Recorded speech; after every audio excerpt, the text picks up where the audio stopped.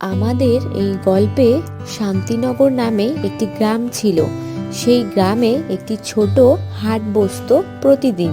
কিন্তু আশ্চর্যের বিষয় হলো, হাটে রবিবার ছাড়া আর কোনোদিন বিক্রি হতো না।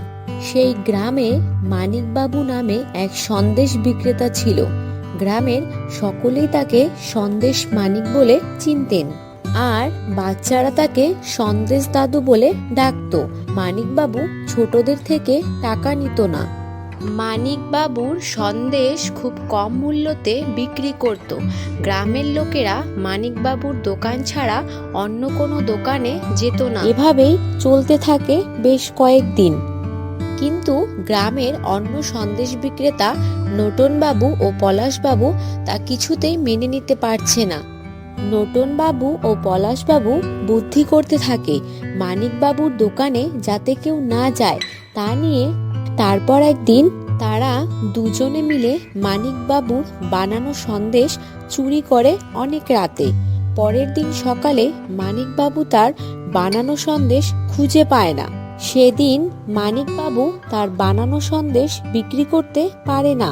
এভাবেই চলতে থাকে বেশ কয়েকদিন। মানিকবাবু সন্দেশ বিক্রি করতে না পারায় সংসারে অনেক অভাব দেখা যায়। মানিকবাবু কি করবে তা কিছুতেই বুঝতে পারছিল না।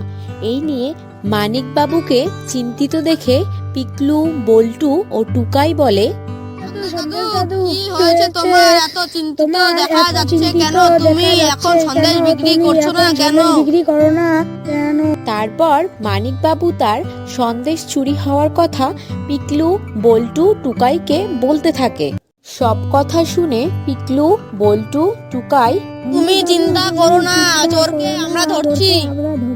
পরদিন রাত্রে পিকলু, বল্টু, টুকাই ভূত সেজেছে। প্রতিদিনের মতো আজকেও নটনবাবু এবং পলাশবাবু যখনই ঘরে প্রবেশ করবে, দেখে তাদের পেছন থেকে কে যেন ধাক্কা দিচ্ছে। পিছন ফিরে দেখে কেউ নেই। তারা দুজনে পালাতে যাবে, অমনি পা পিছলে পড়ে যায়।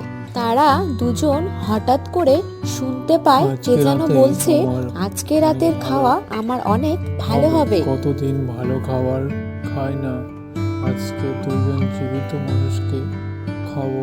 কি মজা, কি মজা, হা হা হা। এইসব শুনে নটনবাবু ও পলাশবাবু অজ্ঞান হয়ে যায়। কিছুক্ষণ পর তাদের জ্ঞান ফিরে আসার পর তারা দেখে একটি অন্ধকার কুটিরে বন্দি অবস্থায় তারা পড়ে রয়েছে। সেই কুটিরের ভিতরে এতটাই অন্ধকার যে তারা দুজন দুজনকে দেখে চিৎকার করে ওঠে। একে অপরকে বলে, কেউ কারো নাম বলছে না। কিছু সময় পর একজন সাহস করে বলে, ফলত এরা একে অপরকে চেনে। পিকলু, বল্টু, টুকাই এদের আরো ভয় দেখাতে থাকে। এভাবেই রাত কেটে সকাল হয়ে যায়। সকাল হতে না হতেই পলাশবাবু ও নটনবাবু পালানোর চেষ্টা করে, কিন্তু পালাতে পারে না।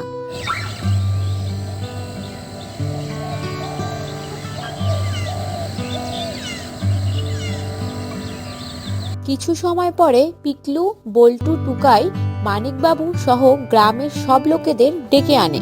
পিকলু, বল্টু, টুকাই সবাইকে বলছে, চোরকে আনছি। মানিকবাবু তাদের বলছে, কি সব বলছিস তোরা? পিকলু, বল্টু, টুকাই বলল, দাদু, তোমার সন্দেশ চোর ধরেছি। মানিকবাবু বলল, কোথায় তবে সেই সন্দেশ চোর যার জন্য আমার সন্দেশ বিক্রি বন্ধ হয়েছে? তাকে তো শাস্তি পেতেই হবে। গ্রামের লোকেরা বলে ওঠে।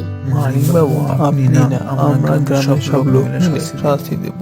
তারপর পিকলু, বল্টু, টুকাই চোরেদের নিয়ে আসে। নটন ও পলাশকে দেখে মানিকবাবু সহ গ্রামের সকল লোক অবাক হয়ে যায়। নটন ও মানিক তাদের ভুল বুঝতে পেরে মানিকবাবুর কাছে ক্ষমা চায়। এই কথা শুনে গ্রামের সকল লোক বলে, মানিকবাবু, আপনি ক্ষমা করবেন না কিন্তু। মানিকবাবুর সন্দেশ চোর নটন ও পলাশকে বলে, কারো খারাপ করে নিজের কোনোদিনও ভালো হয় না। কিছু সময় পর পুলিশ এসে তাদের ধরে নিয়ে যায়। তো বন্ধুরা, এই ভিডিওটি ভালো লেগে থাকলে লাইক, কমেন্ট করে জানাবেন। আর পরের আরও মজার মজার ভিডিও দেখার জন্য অবশ্যই আমাদের কার্টুন টিভি চ্যানেলটিকে সাবস্ক্রাইব করে বেল আইকনটি অন করে রাখবেন।